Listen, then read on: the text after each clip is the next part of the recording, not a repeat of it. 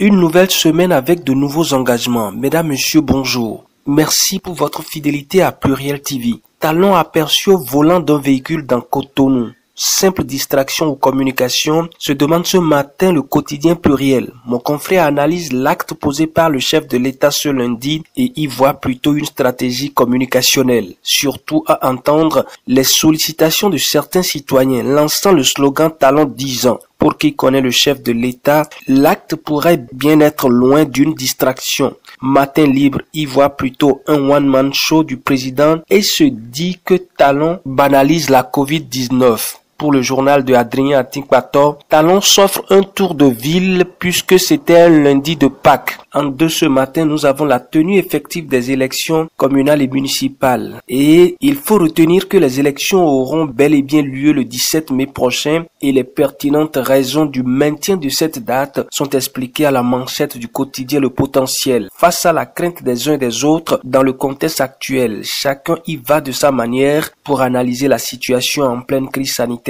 En manchette du quotidien Bénin Intelligent, le journal parle des stratégies de contournement du Covid-19 dans le cadre des élections communales et municipales du 17 mai prochain. En tout cas, pour l'événement précis, nous tendons vers une campagne électorale exclusivement médiatique et le potentiel de nous annoncer que c'est d'ailleurs l'option retenue après la rencontre avec les présidents d'institutions. Information confirmée dans les colonnes du quotidien Le Matinal dans sa parution de ce jour, ce que semble mettre déjà en application certains candidats en pré-campagne. En attendant le lancement officiel de la campagne, chacun des acteurs politiques se mobilise pour des dons de kits et autres afin de contrer la pandémie du Covid-19 à la base. C'est le cas par exemple de Germain Ouavoua-Egbe, fortement cité dans la presse ce matin. Dans la commune d'Adiara, le quotidien Pluriel constate que le candidat de l'Union progressiste Germain Ouavoua-Egbe a pris d'assaut le terrain. C'est à travers une vaste campagne de sensibilisation et don de kits de protection dans tous les arrondissements de la dite commune pour prévenir la Covid-19. Le candidat tête de liste de l'Union progressiste dans l'arrondissement de Médé-Djonou et sa délégation ont laissé entendre dans les arrondissements sillonnés que la lutte et la veille ne s'arrêteront que lorsque nous aurons 0 cas de contamination dans notre pays et pourquoi pas en Afrique et dans tout le monde entier. Il a doté 4 commissariats en kit de protection à Diara, nous apprend l'investigateur du jour. À la une du même quotidien, on nous apprend que le maire de Lalo octroie 3000 masques aux populations de Rassamé, preuve que les politiques s'investissent